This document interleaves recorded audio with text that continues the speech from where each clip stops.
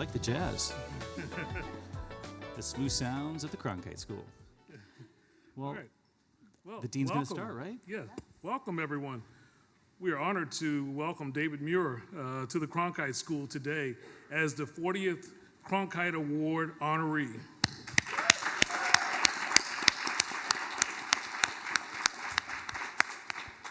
I'd also like to extend a warm welcome to those who traveled with David from New York and have joined us for this afternoon's event. And now, I am excited to introduce your co-hosts, Lauren Sanders and Sammy Miller.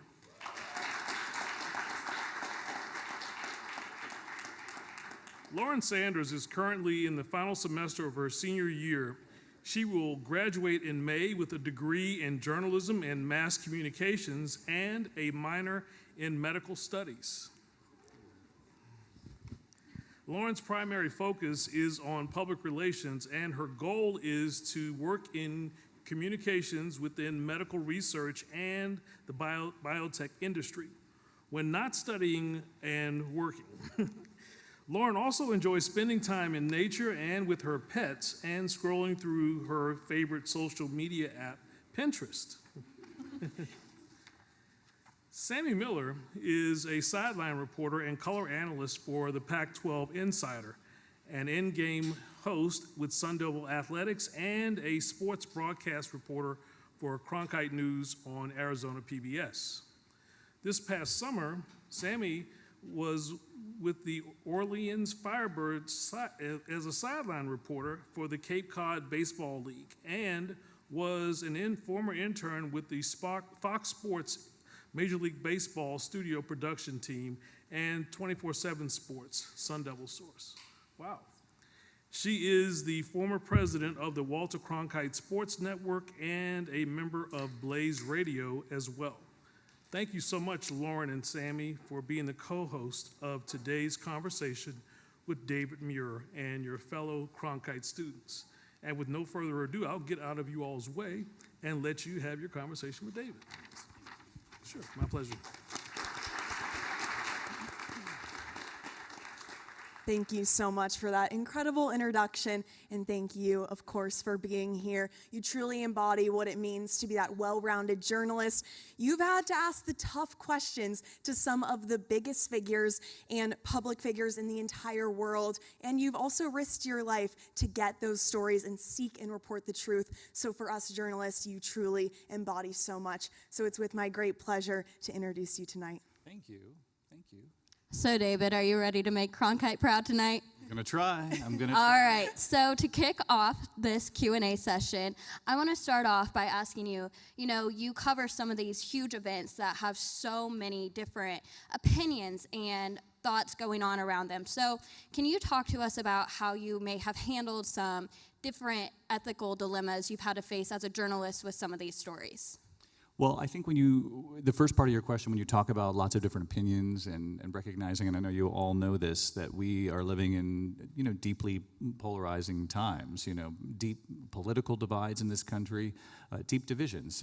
It is what it is, and we see it every day. I often say in the newsroom, and the team that came with me here today will back me up on this, that I think our role really is to try to cut through the noise, right? So there are a lot of competing voices out there, a lot of extreme voices on each end of the spectrum, and I think oftentimes the true sense of any particular issue might be somewhere in the middle. That Americans out there might not necessarily feel like I belong here or here, and consensus actually would be something rare. It was why the story this week about the bipartisan border bill in the Senate was really, really interesting. And I thought we need to take some time on this to help explain to our audience that this hasn't happened in years. Republicans and Democrats actually coming together to work on a lot of Republican demands of this president for some time now. The president publicly said he would support it. It got to the final stage, they presented the bill, and they voted it down today. The Republicans voted it down after it contained many of the demands that they had. And I think just putting it out there and letting people judge at home how they feel about that would make sense of that, as long as they're armed with the information.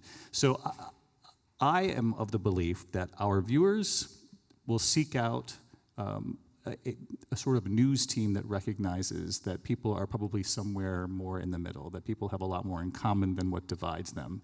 And I think they can sense the reporters who are out there who understand that, who take seriously the opinions that they hear out there, as we all should as reporters, and that we listen, but we also recognize that perhaps it's not as extreme as some make it out to be. And as little kids, we have huge dreams for ourselves. Scientists, teachers, bakers, you name it. But for you growing up, did you dream about being one of the biggest anchors in the world? I mean, no. I just want to be truthful here. I did dream of being a reporter. I did not know I'd be in the chair that I'm sitting in today. So I wrote to, it's kind of funny, I've said this through the years, to the Walter Cronkite of Syracuse when I was 13 years old, and heard back from him and several of the other anchors and reporters, and began interning at the local TV station, carrying the equipment and ripping the scripts back when they used to have 5-ply script paper, and getting the Cokes out of the vending machine and racing them to the set. You know, I did anything that was asked of me. I would ride in the back of the news cruiser to all the storms. So I did have dreams of being a reporter very early on. I did learn from the Walter Cronkite of Syracuse, but I did not think I was going to get the Walter Cronkite Award one day sitting in that chair at ABC. So obviously, as you mentioned, our society is very polarized at this time, and we see that in news. And you've seen the industry evolve in so many ways throughout the years. So what advice would you give to us journalists going out into the field to continue navigating such a polarized field, and just to navigate the changes throughout as time goes on? I would say listen. You know, if you're a reporter out seeking the truth, and you really do care about what people think, right, in your community about particular issues, a lot of reporting is just listening. People have, very common fears and concerns, whether they have a family, about taxes, education, crime, safety. The border is a big issue, obviously, in our country. They're also concerned about what we're seeing in Ukraine and the stability of democracy in Europe.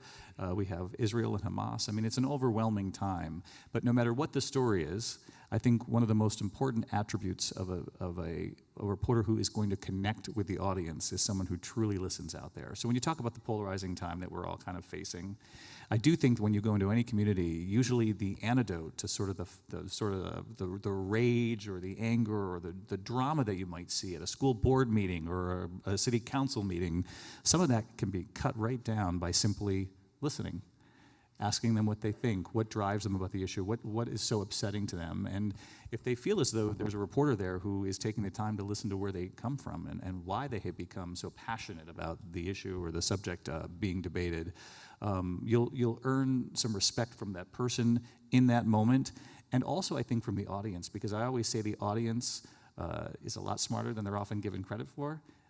They know a lot about a reporter, not from their social media or from photos posted or bios posted. They know from watching. They watch you or they read you if you're a writer, and they can sense through your connection with people and how you interact with people, how you treat people, really the kind of human being, the kind of reporter you are. And I always say that, more than any post that you'll ever do in the social media world, it's how you interact with people over a period of time.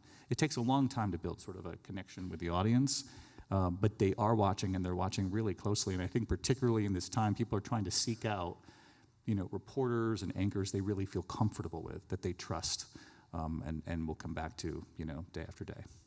And of course, this award is named after Walter Cronkite, one of the greatest to ever grace the television. So for you, what does it mean to be honored in his name? Oh gosh, I mean, it's pretty incredible, very humbling.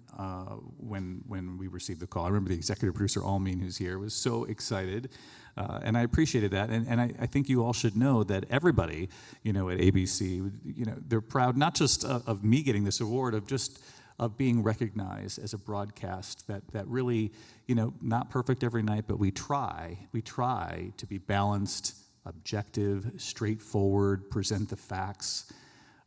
We try to take down the temperature, all of the attributes that Walter Cronkite had all those years ago. I think, he spoke often about being objective, about letting the facts speak for themselves. He said, "I'm a journalist, not an analyst." He said there are real dividing lines. But in doing all those things, all those characteristics that were important to him, it was the sum of those attributes, I think, that the audience truly connected to. They could see the kind of person he was because he believed in all of those sort of tenets of journalism. And I think that his belief system, when it comes to this job, this discipline that we're all sort of studying and hoping to keep alive for many, many years to come, I think people will judge us and see us, hopefully, in the same sort of vein, same category as Walter, if we stay true to what he thought was most important about what we're doing. So obviously, as a reporter, our main job is to report on stories, but not all of these stories are going to be positive, happy stories. So how do you handle the emotional toll of reporting on some of these stories that have so much sadness intertwined with them between wars and just different ones? It's a really good question, and I get that question a lot. And I get that question in particular from people who are devoted viewers. The people who watch day in and day out, they're not only watching these reports, right, and in many cases responding to them, but they're also seeing me and they're seeing our team, sort of the regulars who are out there all the time. They're seeing us go into, not only harm's way, and I'm so proud of our team. We have an incredible team of reporters and producers and photographers and the crews that get these reports on the air during all of this global conflict that we're witnessing. But as far as I'm concerned, if you didn't feel afterward in your quiet moments, if you didn't remember the people you interacted with, from your stories, then you'd have to ask yourself, what are you really doing this for? Because I think the most successful journalists out there are the ones who really do care about the people they're reporting on, who are truly moved by what it is they're witnessing. They don't have to wear it on their sleeve as a journalist, but as a human being, it makes you a better reporter. I love to get away from the anchor desk as much as possible. So I think when we go to South Sudan, for example, on climate change, and we witness what we witness, we went at one point in the last year to do a report on climate change, and there it's the other extreme. So you have famine obviously driven by climate change now. And you have sort of scorched earth in a lot of the world. But in some places, the floods don't recede because the extremes have become, so as you know, with climate change, extreme really at both ends of the spectrum. So in this particular community, this region, the floods just have not receded for years. And so you have families, communities marooned on islands, children and parents. And when you see that firsthand, the mothers going out into the water, up to their necks, to pull out, lilies from the water to feed to their children. That sticks with you. And I hope that it would, and it helps you become a better reporter. I think if you're just going there to pick up the story to come back, it's just not going to land with the audience in a way it should. Those particular pieces have resonated with our viewers, even in a time when it's so heavy in the U.S. with all of the politics and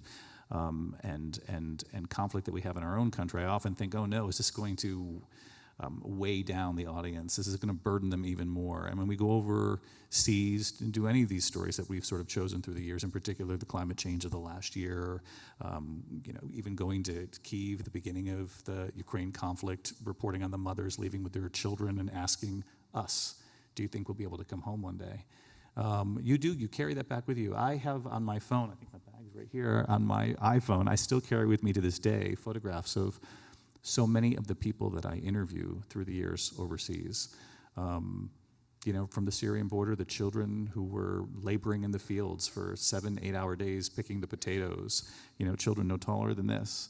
And we would find them sort of in the playgrounds, the cement playground afterwards. Some of them were from the orphanage, and I remember, this little boy who reached up to me to be lifted up, and of course, I did. This was not while the cameras were rolling, but afterwards, because of course you would. And I remember all of those faces vividly. I remember the number he had on his shirt. These things last, they stick with you, and I think they make you, hopefully, a more tolerant, more caring person as you go out in whatever the next assignment might be. And I know WTVH TV in Syracuse, New York holds a very special place in your heart. So how did that time reporting there really shape not only the anchor, but more importantly, the person you are today? That's a good question. So WTVH is the hometown station that I wrote to. And so I would, literally when I was a kid, everyone would be playing in the backyard. I would excuse myself to go inside and watch the local news. It's kind of embarrassing, but I'm proud of it today because it all worked out. It all worked out. But no, WTVH, I went to Ithaca College. And then got my first job where I had interned, and so I started anchoring the weekend news, and then reporting during the week, and then sort of moved to the weeknights. And I loved my time there. It's funny, I remember my time there as a student intern more vividly than even my time as a professional, if that makes sense. I am so grateful to this day for the people, the reporters and the anchors who, entertained the questions from this kid who showed up from, I don't know, his parents are dropping him off in the parking lot. They took time for me, and I've never lost that, And when young people write to me or reach out to me on, through an email or a note or in a forum like this, I mentioned you all in the news tonight, and I meant it. The award means a lot, but I really meant it when I said I was most excited to come here and interact with the journalism students, because first of all, we need you badly. You are the future. You are the future. And I think this is, dare I say, one of the most exciting times. It can be alarming and concerning for all the reasons that you know, but one of the most exciting times to go into journalism and communications as well. Look at all of the opportunities you're going to have: linear television, streaming, digital television. There is a real challenge now with all the competing voices to be one of the people who cuts through it with sort of the facts, with a respect for the truth. And you all are going to be the people who actually help people across this country navigate this as well. This is a chapter that we're in this country politically, and we'll look back at this particular chapter, and you all in this room will be instrumental in how we see it, how we look back on it, and how we sort of cut through it and knew what was true and what wasn't. And that's not a political statement. That's a statement of respect for people and their opinions at both ends of the spectrum, wherever they land, that there will be journalists out there who will dive into these issues, care about them as much as the people do and their passion, but also you'll be the force, I hope, that brings the temperature down and gets us all talking in a way that we can hear each other again. All right, so we have one more question before I turn it over to my audience. What is one piece of advice that you received early on in your career that has stuck with you to this day? Well, it wasn't necessarily a piece of it. Well, I'll give you the piece of advice because one just popped in my head, and I think it's a really good piece of advice. And then I'll tell you another thing that I heard, and that also worked. But the piece of advice, and this was when I got hired at WTVH, so now I'm there as a reporter, right? And I was doing I'm watching myself talk in the back corner, but that is not live, right? Is that me talking about the Cronkite Award? Okay, that's terrifying. A little terrifying. I was like, am I live? Is that a tape delay? Do I have time to change what I'm saying? You're all over the place here. Anyway, this is better promotions than ABC. You guys are hired. Anyway, so back to the advice that you were talking about. I remember I was working the phone. I was a rookie reporter, and I thought I was really good, right? I was working the story. I was on the phone when we still had phones, not a dial. I'm not that old. Although, yeah. So anyway, I was working the phone, and I wasn't getting anywhere. And this veteran reporter sitting in front of me, his name was Scott Atkinson, turned around and he just said, in order to get the story, you just have to go out there. Just go get it. And I thought that was one of the most valuable pieces of advice I ever received as a journalist. And it's true. And it's true to this day. It's true at the local news level. It's true at the network level. You can do your best from a studio, but folks in studios, they're not getting the story. If you go in the field and you chase it, you're interested in it, you're curious, you care about people, that's how you get the story. I will say the other thing I was going to talk about was I had asked the same anchors and reporters who helped me out so much for letters of recommendation when I was trying to get into colleges. And one of them wrote in a letter about how I was happy to do even the most menial of tasks. And I thought even then as a young person, younger, That's a nice thing to have said about yourself, to hear about yourself from people that you believe in, right? Your mentors. And I thought that's a quality I hope to carry with me all the way through this great, privileged career of journalism. To be willing to do even the most menial of tasks. I do love every part of what we do. I love being in the edit room. I love going through the video. I love finding the moments of natural sound to write to. A moment when someone that we're reporting on looks a certain way, or reacts in a certain way, or reacts to you in a moment out in the field. You don't see those things unless you come back and you're invested and you watch it yourself. So that's just an example of what I like to do. We have writers who work very hard on the newscast every night, and they know I'm going to jump right in late in the afternoon and massage that writing into my own voice. And that's just another example of something I love to do. I do love to write. It's what makes it kind of fun. Going out in the field is what makes you a reporter, gives you more depth. And I think when it comes to writing, that might be a piece of advice I share with all of you, whether you're broadcasting or reporting or on the radio or television, documentaries, on streaming, that when it's your words, it can't help but to sound more authentic, more like you.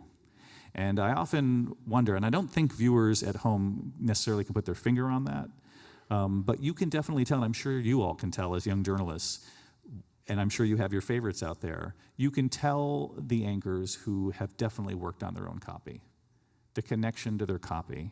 And the connection to the copy then becomes a connection with the audience. And I always say, we're just having a conversation with people at home. I'm not talking to anyone. I'm having a conversation with them every night, whether they're having dinner, coming home, or they're watching us later on DVR, or on YouTube now, or on Hulu. And all of that is not alarming for me. I think it's really exciting, and it's really a huge opportunity for all of you in this room to meet people where they're going to meet you. Meet them there. Get there first. Get there first with the best in-depth reporting, the best documentary, the best way to peel back a layer and have them say, oh my, that's incredible. I did not realize that. And so, yeah. So turn from advice I'd received to advice I'm giving you. And one piece of advice is massaging those words. Be involved in every part of it that you can, because the more involved you are and the more the words become yours, the more connected you'll be to whoever your audience is, whether you're talking about readers or viewers watching at home or listeners on the radio. Thank you so much, and I totally agree. I love how you have such an established voice when you anchor. It makes you so recognizable beyond just the image you've created for yourself already. So now I'm going to go ahead and turn it over to all the rest of our Cronkite students. If you guys want to come and make a line up there at the microphone, and we can just go one at a time. Oh no. It's the firing squad. Are you ready? I'm ready, yeah. All right, well, I want to start by saying that my mom just texted me all the way back from home to tell you how good your hair looked tonight. Oh. Huge compliment. Thank you. Yeah, just tell her gel once a year whether I need it or not. No, but I wanted to ask, so in a country that over half the population has distrust for journalism and journalists like ourselves, what is the best way a journalist can assure his or her audience on the authenticity of their work? Yeah, that's a really good question. And those numbers are alarming, right, when you hear those studies. Now, in defense of all of us in this room and for all of you who are young journalists, right, I think those numbers can be a little concerning, and they should be. But I also think people do trust journalists. They have their favorites. They are frustrated with this time, with these competing voices, with all of the talk out there of fake news, and yet at the same time, I have a lot of faith in viewers and in readers that they're going to find the reporters who are vested in the truth. So that's my advice to you. If you do the work and your work speaks for itself and it's balanced and fair, people will notice. If you help explain a complicated issue and sort of signpost in your reporting that you have a healthy respect for both sides, and I always say that sometimes it's not both, it's more than both. There's all different nuanced sides to it. But if you take the time to truly report with an open eye and to listen to folks, they're going to find you. So I wouldn't worry necessarily too much about those numbers. I think that number will come back down. It's sort of, it's a reflection of the time we're in. I think it becomes kind of cliche, if you will, to say, oh, reporters aren't fair, or they've got a vested interest in one side or the other. And I think people say that because they see it. They see loud examples of that, right? But then there are the rest of us who are just doing the work. So I think the work will win out in the end. Thank you, David. Yep. Hi, thank you so much for coming in to speak with us today. My question for you is, while still performing like those menial tasks that you mentioned earlier when working your way up in the journalism field, how do you still maintain that work-life balance to keep that peace within yourself? I think it's really, really important. It's sort of related to what I was saying before, that if you don't go out in the field and if you're not moved by what you witness, then you have to ask yourself, why am I doing this? You want to be, you want to be a genuine human being as a reporter, because that makes you a better reporter. And so to tack onto that, your question, which is, how do you stay balanced? And it's really, really important that you do all the other things that give you life, whether that be the movies, great books, making sure that you're going out to dinner with friends, that you're connected with your family, that you have a family yourself, however you want to define it. And in many cases, your friends are your family. So however you want to define it, but make sure that you have people outside of work. And I would say particularly in journalism, and I think part of it is because journalism draws critical thinkers, right? And so it's an intense profession. We're all kind of intense. It's what draws us to it. It's nice to have a break from that too, and to have people outside the newsroom, outside the field. And I'm not saying don't be friends with people in the room. That's not what I'm saying. Yeah, but it's important to be diverse in sort of the fabric of the people around you, right? Because they might not know the business as much, but they'll give you feedback on what you're reporting on some of the issues that are important to them. And then sometimes you're just not talking about the news at all. Do you know what I mean? For me, sometimes, I didn't used to do this years ago. I used to work all day and then try to go to the gym at night afterwards just to decompress. It was sort of my form of meditation, although meditation is supposed to be much healthier than even just exercise. I really probably should try it, but I'm not there yet. But I do think exercise, for example, is really important to clear the mind, to get those endorphins going. And I try to do it midday and then go back in and work on the news and get fired up again about the show. Because, again, I'm human, like hopefully everybody else in this room, and these are heavy times, and you have to have the energy and the drive to keep at it, to not give up. I mean, I know the audience is exhausted about a lot of what they're hearing, and on some sort of human level, I'm sure I am too, but I can't be for them. So if that makes sense. So I think your question is really important. I think you probably asked it because you probably know the answer. And so you should spread that wisdom, which is just make sure you're diverse outside of work too. Friends and family and activities and anything that sort of fulfills you will help make you a better reporter, no question. Thank you. Thanks. Hi. So you talked about how you report on a lot of devastating and catastrophic events. So how do you maintain that on-air composure? That's a good question. There have been moments when it creeps up on you, and it's not when you expect it, right? So when you're in the field at some of the most horrific things you could witness, it is difficult. I think and I've always wondered, well, what is it?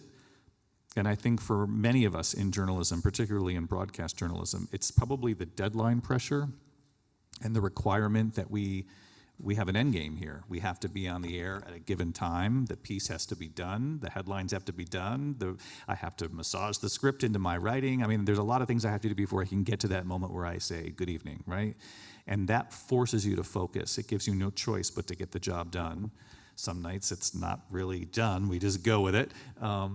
But it takes away the moments sometimes to be overwhelmed by what it is you're witnessing. Does that make sense? there are tears on planes on trips back from horrible disasters or, devastation. And sometimes it's not even because you're thinking about the story itself. You'll be watching a ridiculous movie that suddenly just hits you in a way that you're like, are you kidding me?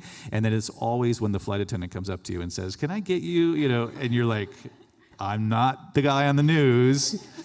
But anyway, so I think there are things in this job that help us probably get through, stay focused, determined to get the work done, that probably protects us in those moments. There have been moments, though, the enders on our newscast, they're often called America Strong or Made in America or Person of the Week, these sort of franchises that we do. And we have a team that works on them. They're here. And I dive into that outline and script during the day as well, usually right before we go on the air. And so I know what's coming. And it still sometimes hits me as I'm watching it on the air. And so sometimes it creeps up on you. And like I said earlier, that's important. I hope it does. I haven't had a moment on the air where it's been difficult to get through. But I remember President Obama, when he was president, responded to one of those awful massacres, and he began to sing in church, and that was deeply moving. And I wasn't having to talk at that moment while I was on the air, so I thought that was a good thing. It helped me just to take in the moment for a moment. Sandy Hook in Newtown, there was a moment where I was on the air. Diane Sawyers and George Stephanopoulos were in New York. They were at the anchor desk, and I was in the field reporting about what had happened there. And President Obama had come to town. He was the president then as well. And he walked into the auditorium, and it struck me as a human being, as a reporter, but as a human being watching this unfold, that, usually when the president arrives and is facing whatever audience they're facing, but for him to come in sort of sideways from a side door in the auditorium and come into the front row and sit in a chair facing the other local dignitaries who were there, trying to help this community through what they're living through.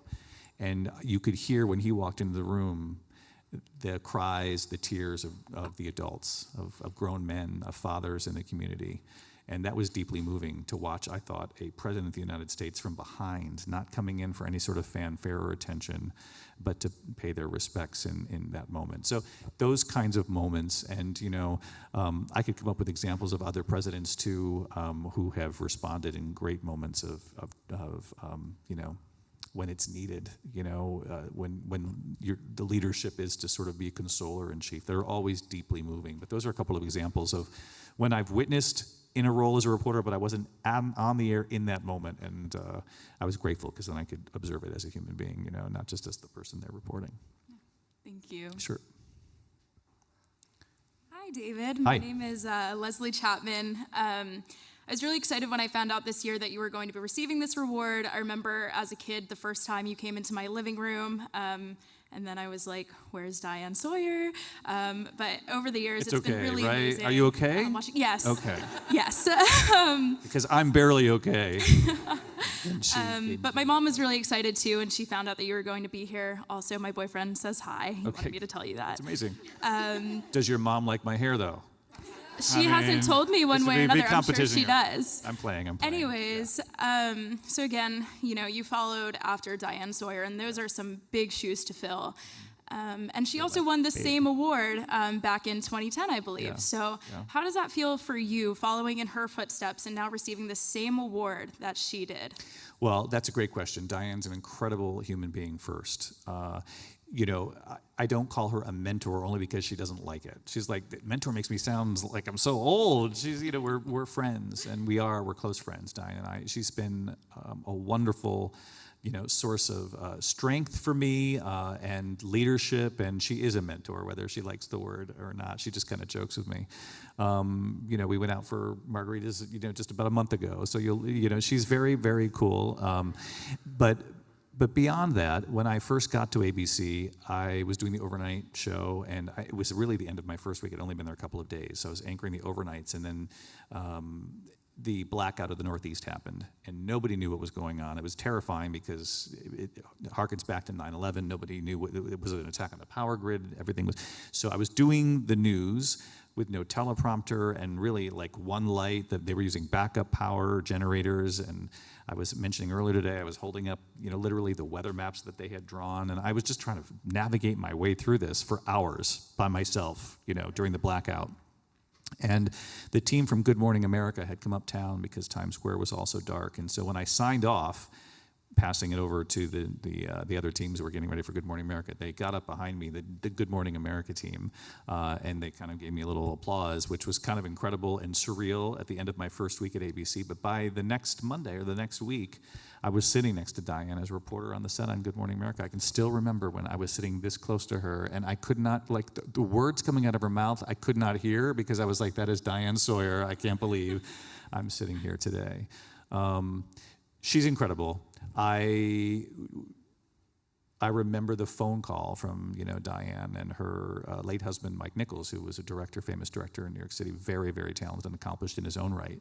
And they had been and were very good to me, and she remains very good to me today. And I look up to her. So those are big shoes to fill, which is why I'm only half joking when I say I'm barely over it too. But she's around and she's working very hard. She does incredible work, and I think that I do think of her on the days when it's particularly crazy, and it's been crazy for years on the evening news. We have witnessed unbelievable, unprecedented times. So I think about her across the park in her apartment with her feet up, watching the news, and I think, I am so envious. And I'll send her a note here and there during the particularly crazy times. But I'm glad you asked, and I will tell her. Leslie was asking, why did you replace Diane Sawyer? That's very exciting and an incredible mentor to have, even though she doesn't like that word. Yeah. Thanks, David. I think she's okay with it, yeah. Hi there. Hey. I'm Tyler Abrams, sophomore here at Cronkite. I know a lot of us grew up watching you as kids, and you're an inspiration to most, if not every student here. And I just wanted to ask you, what were some of the habits or strategies that you used in college that you carried with you to help you out in your career? Those are good. That's a good question. I have to think back to my college years. I think it's easy for older folks to say, enjoy your college years, be less stressed, take it all in, don't put so much pressure on yourself. And I can offer that to all of you, but then I know what you're going to do anyway, which is because you're all, I'm sure, type A journalism or communications or out to take on the world, and I hope you do, and I'm sure you will. So that's not really my advice for you. My advice is to follow your passion.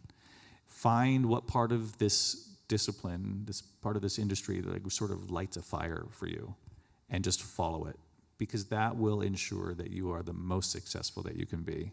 So when I mentioned earlier that I like doing all these little things or whatever, all different facets of what it is we do, find the one or two things that you really, really love the most, and then just chase it.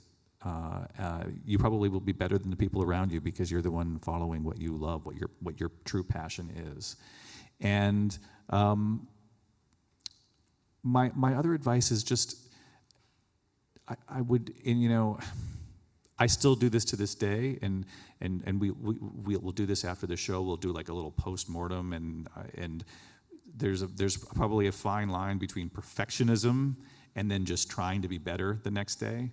But if that's one little piece of advice I could give you without making it sort of crazy, is just always aim to be a little better the next time you do it. I used to watch the newscast all the time back in the day when I'd fill in for Diane. Where's Leslie? When I used to fill in for Diane, I would go back and watch the show and figure out how I could do better, be better next time, right? And I don't have as much time to do that now.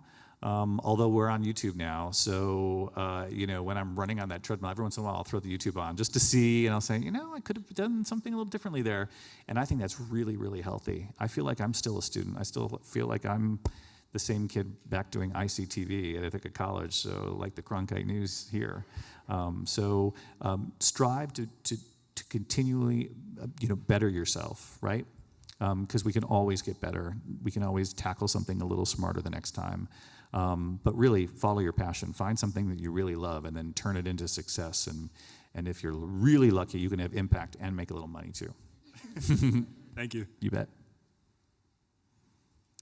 Hi, my name is Cameron. I actually graduated in December, but I would be crazy to miss something like this. I'm a huge fan. So I know earlier we were talking about how obviously the news isn't always positive. So I am an avid 2020 watcher. I just want to know if there was like a specific story that always stuck with you, whether it was positive or like kind of chilling or... The stories always end so well on 2020. True, which is why I love it. No, I'm kind of kidding. You know, some they're really well done. The 2020 team is incredible, but sometimes it's like you have to have a glass of wine if you're going to watch 2020 because somebody's life isn't going well. Yeah. No, I think long-form storytelling is an incredible opportunity. So I think it's really interesting that you point out 2020. And I think that even beyond sort of the true crime formula, which I think the 2020 team does really, really well, and sort of this, it's a newish format. I wouldn't say new anymore because we've done it for several years, but sort of the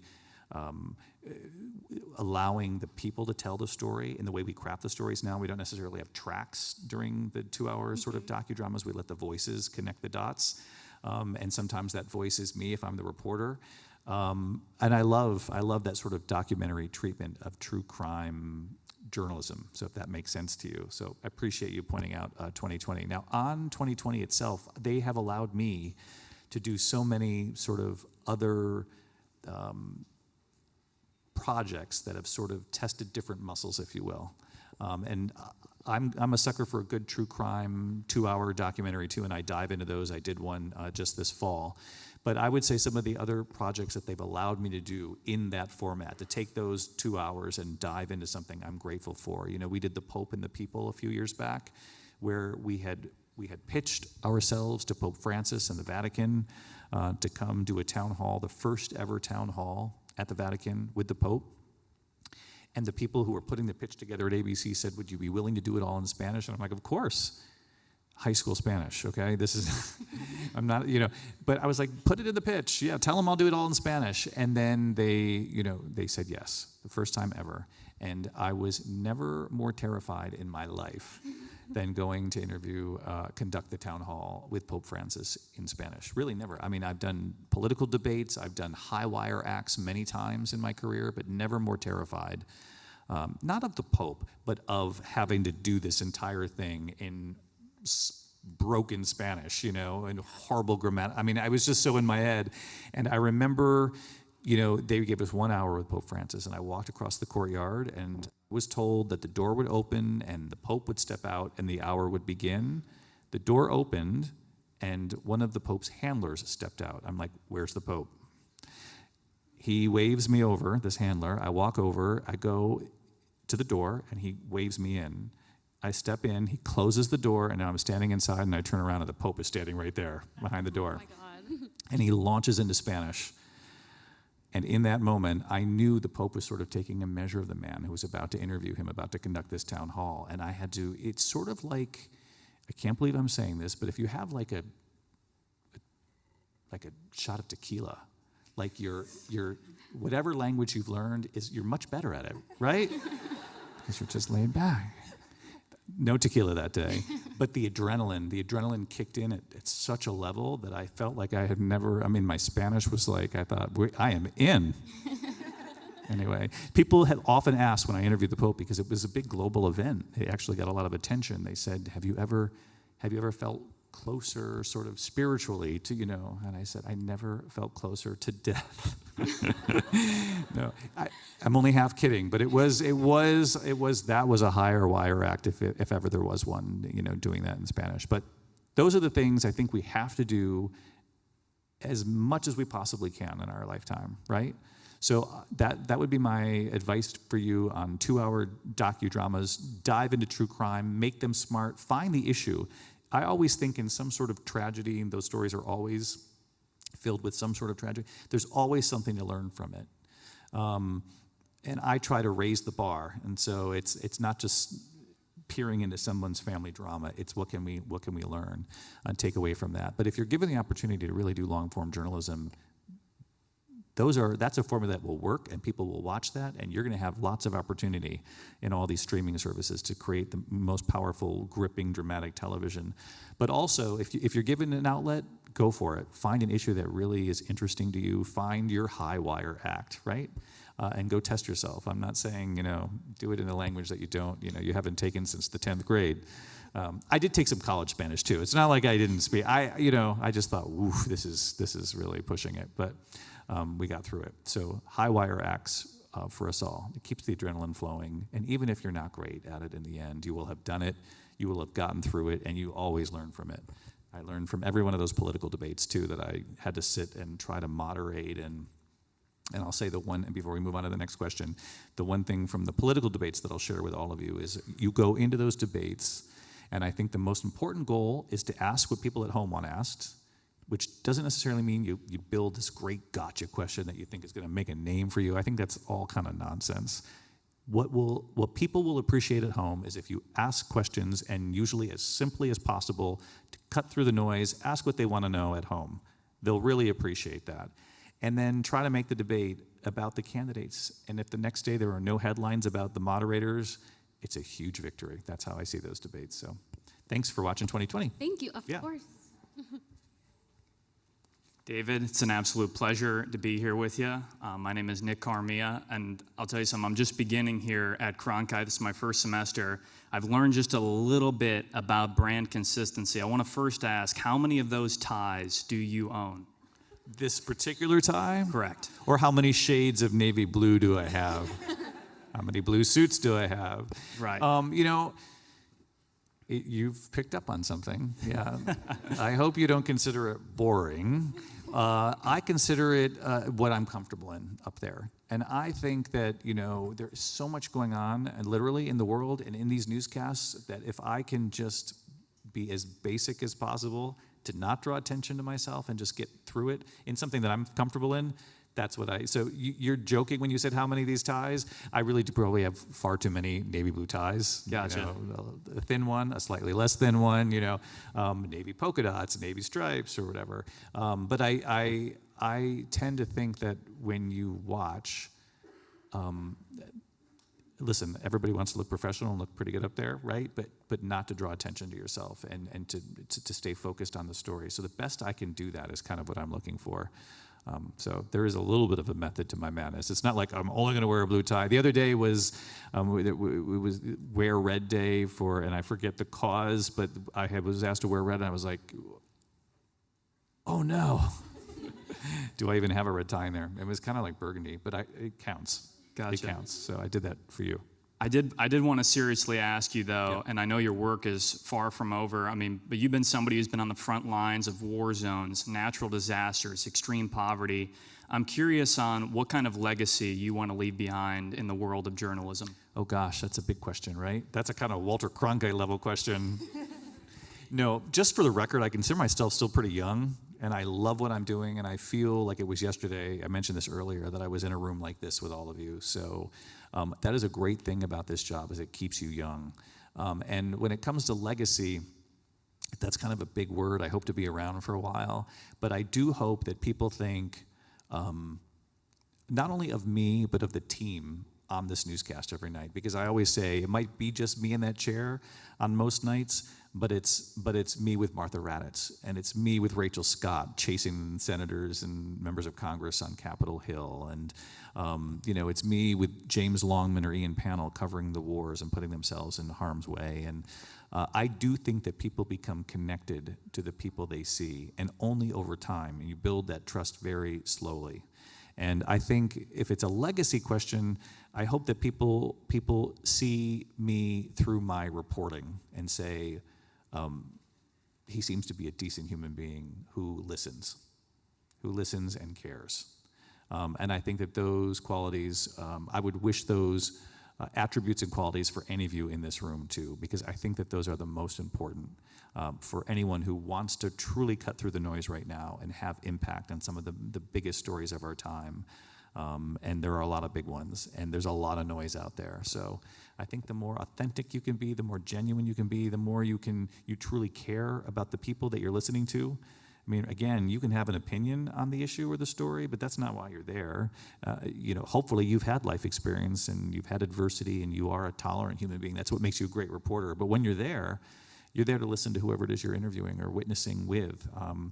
And I think that people over time can say, oh, she seems like she really cares, like she's fair. Or he seems like he's really listening there and that he connects with people. And I always say, we live in this time of social media and everybody feels like they have to brand themselves, and there's a lot of concern with how you're presented or what you post on any given day, and I'm horrible at that. I'm not saying don't do it. I would never say that, because we all have to be accessible and reach people, again, where they are. But I would say far more important than that will be your work. Your work will speak much louder than any post you ever make on social media. It really will. People are really smart at home, and they watch and they choose people that they trust and they like. And sometimes you can't even put your finger on what it is you like most about that person. But they do sense folks who truly do care and for whom the work is most important. Does that make sense? Yeah. Okay. Thank you so much. Awesome. Blue tie tomorrow night. I brought 2 blue ties. I mean, how sad is that? Now I'm going to I'll be up all night. I just want to let everyone know we have about enough time for 1 or 2 more questions. Well, we'll do a rapid round. How's that? A lightning round, because my answers are really short, aren't they? Yeah. But I'll try to get through as many of you as I can. I'll try to do a quick rapid round here. I just Rapid made fire. the cut, huh? Okay, so my mom would kill me if I didn't say, she says hello, so hi. Also, I've been watching you since, I don't know how long I can remember, since you've reported.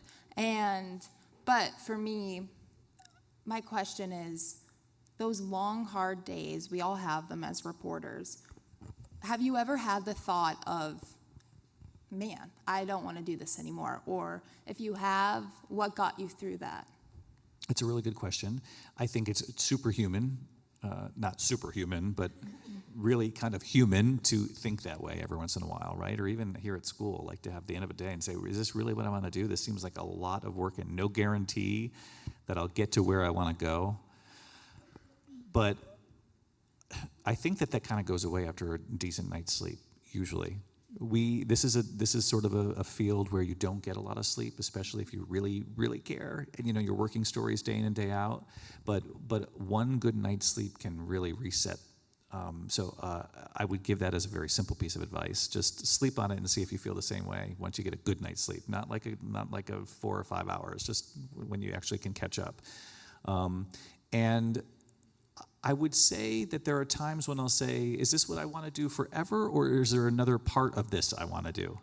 I think that what we do and what we're choosing to do, this is extraordinary. We are all privileged in this room to be able to do some form of storytelling, to be involved in it in some way, whether it be public relations or sports reporting or producing, writing in the control room with the lens in your hand. Who else gets to go out and bear witness for others and make sure people's voices are heard? It's an incredible, incredible discipline. I wouldn't steer anyone away from it. And in those moments, just give yourself a break. It was like the question earlier, how important is life outside of work, or just life, period? It's really, really important. So when you're feeling a little overwhelmed, just give yourself a break. Try to get a little sleep. Maybe have that tequila and then do the Spanish. Anyway, so I think the reason you're standing here asking that question means you're gonna probably work just as hard as everybody else in this room. Oh yeah, we all know, 0 sleep over here. So. But sleep is important every once in a while. I didn't sleep on the plane coming here today. We got up at 4 a.m., so those are going to get loopy really quickly here. That's where you catch up. Yeah, I know. But I sat next to the executive producer, and so we talked the entire time. So that's, blame him. Who's the last one in line? What's your name? Aspen. What is it? Aspen? That's an amazing name. So we'll get all the way through to Aspen, but I'll do a quick lightning round, and then Aspen will wrap it up, okay? Hello. Okay, Mr. Muir. Yeah, no, that's my dad. That's my dad. You can call me David. David. Promise. Oh, come on. Okay, you're very polite. Shout out to Scott. I found out he's my videography professor. Found out how to pronounce his last name. Yeah, give him a round of applause. Phenomenal man. Okay. So I love everything you've said about connecting with the people you're interviewing. I think something I definitely need to work on. Some of my fellow broadcast people. It's more about listening than it is talking. And I loved what you said about it's not about a gotcha question and having that mind-blowing revelation. What does your creative process look like, I guess, when you're coming up with questions to ask these people? How do you keep it something that the audience wants to know, obviously, but also you're not being redundant with your questions and it's not just the same, like, okay, I've answered this 5 times today already. What does that look like? That's a great question. The process is a little different depending on the project, right? So if it's a debate, that I work on for weeks. And I try to, I make sure that the questions are bulletproof, factually bulletproof. If you're trying to hold a candidate on a debate stage accountable on a policy, I generally always use their own words. Or their own decisions in their past. And I don't mean bad decisions, just their own decisions on policy, and then present them with what they've done in the past and explain to the voter what your intention was, why you've changed or why you flipped since then, or will you continue to do that, or just to try to cut through it again for people at home. You know, what can we expect from you if you're elected to whatever the job might be? So I spend a lot of time on those questions just to make them, again, as I said, bulletproof, so it doesn't turn around on me, because it's not about me. I'm not running for anything, right? So that process is a little different. I would say, and since I've got to get to Aspen, I'm going to keep this quick. When I go into the field on any kind of tragedy or human condition type story, I generally just ask what comes naturally in those moments. So I'm not going to make any of you go to YouTube or online to watch anything, but since you asked about questions, if there's a project that we worked on, a couple of people in this room with me, called The Orphans of COVID, and I thought it was really important toward the end of the pandemic. All I kept seeing were these school board meetings and adults complaining with rage about masks or no masks, or when my kid, and I never heard anyone in those meetings anyway ask about the children, particularly the children who lost a parent or a grandparent to COVID. How are they doing? Because they were the silent heroes, walking into school with their backpacks, going to school alone, doing the work, and we set out to tell the story of kids across the country who had lost a parent. The producers who are in this room went out with their own cameras, an iPhone sometimes, or a Canon, or whatever they had at the time, and documented the lives of these children. And then I would come in when I would get a free moment, whether that's weekends after doing WorldNews, or when they'd say, we have enough material from so-and-so, it's time for you to come in and get some process, we call it. But if you watch The Orphans of COVID, and it's not long, I think it was a 22-minute Nightline special edition, or it was on Hulu, so it's not longer than a half an hour, but it's a great little documentary style report that just spends time with these kids. And you'll see us in very intimate settings, like in their homes with the one parent who's surviving.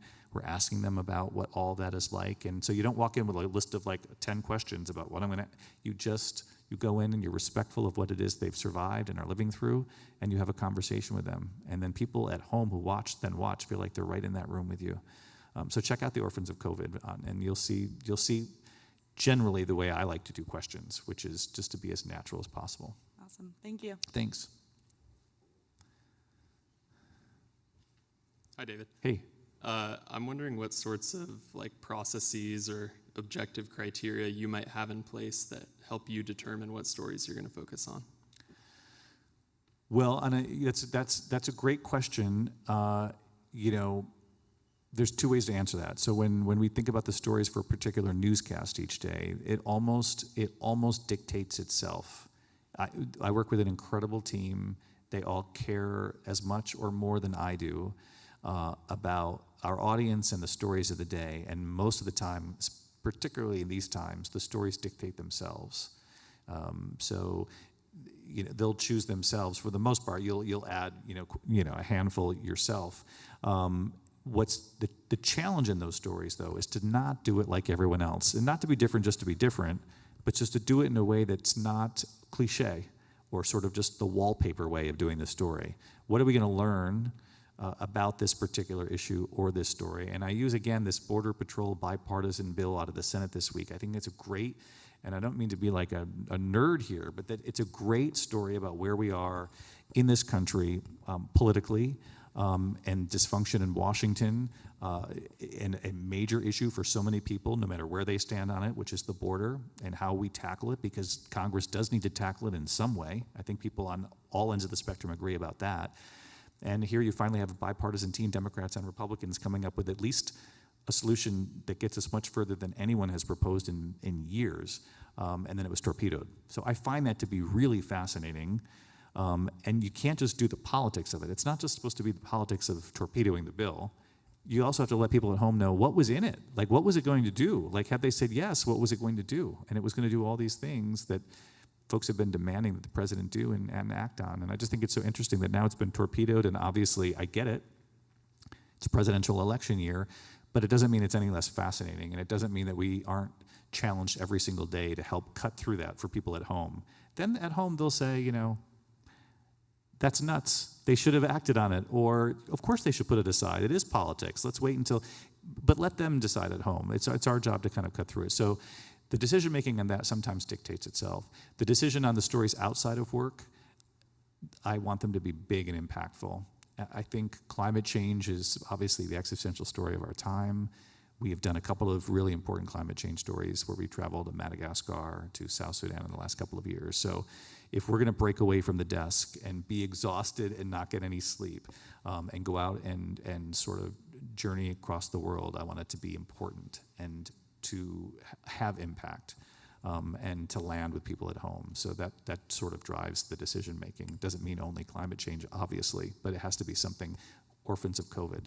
I thought, let's listen. Let's finally give the kids a voice. I'm tired of these, and not saying that adults don't have every right to line up at a school board meeting and vent. They do. But I just thought, when are we going to hear from the children who lived through this too? So that's kind of what drives my decision making. Thank you. Thanks. All right, runner up to Aspen. Hi, David. My name is Ripley Simone. First, it's so amazing to meet you, and as a daughter of a super fan, I have to say hi to my mom. We would always watch your TV show together, and our favorite segment is Made in America. It's made such an impact in how I report. But I first want to know, how do you manage to stay true to yourself despite all the chaos you may go through interviewing people or mediating political debates or just the chaos that the world can bring? How do you stay true to who you are at the core? I think everybody in this room should just, I think it's a great question, and I think that you do have to stay true to yourself. You have to follow your gut. You know, people talk, I mentioned Walter earlier and all the things that he stood for, and all of those things are supremely important, right? But you also, there's this sort of X factor where if you're in this job and you're a thoughtful, curious, tolerant, caring individual, you're gonna be a great reporter. Follow your gut. And so in those moments of, they can be stressful or tense, I literally just count on, and I'm not always right, but I do follow just what my core is telling me.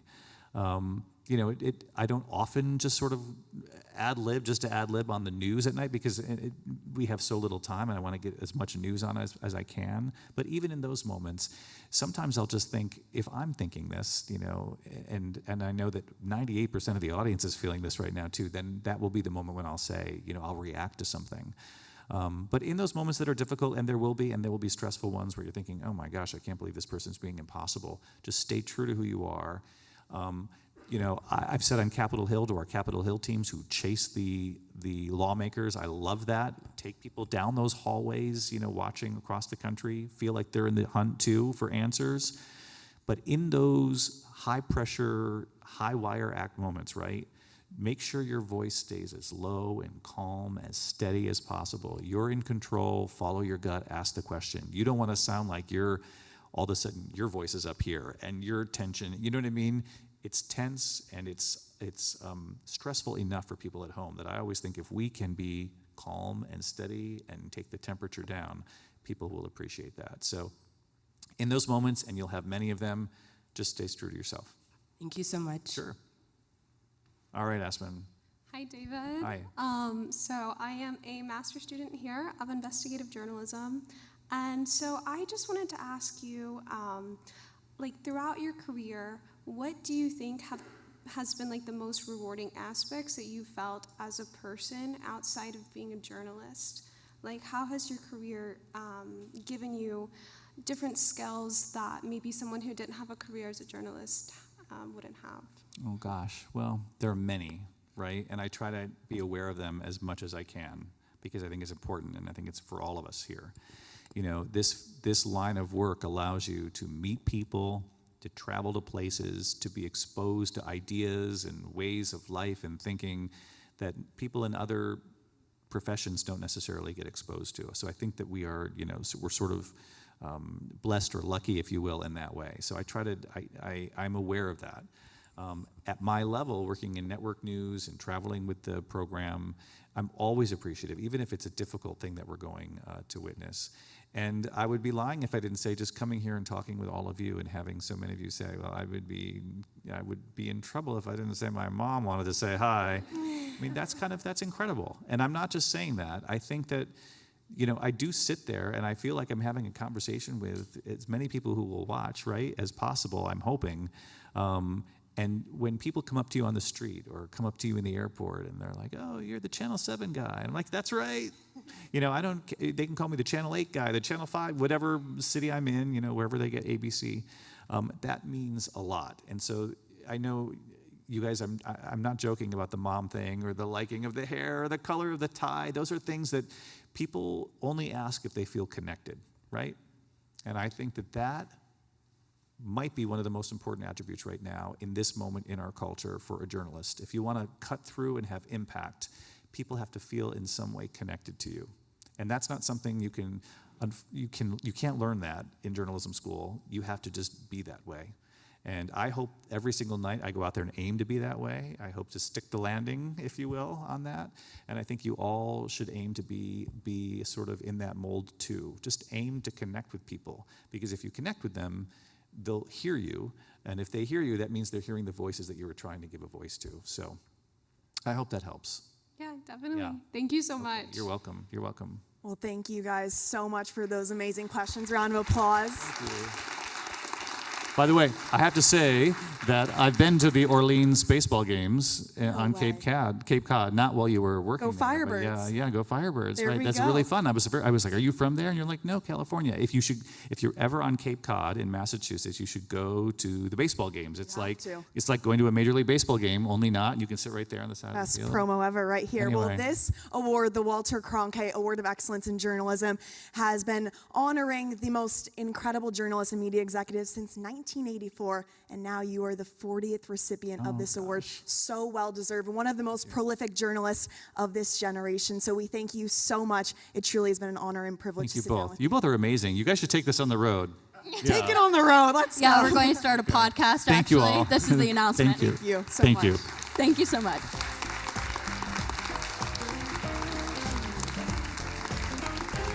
My blue tie.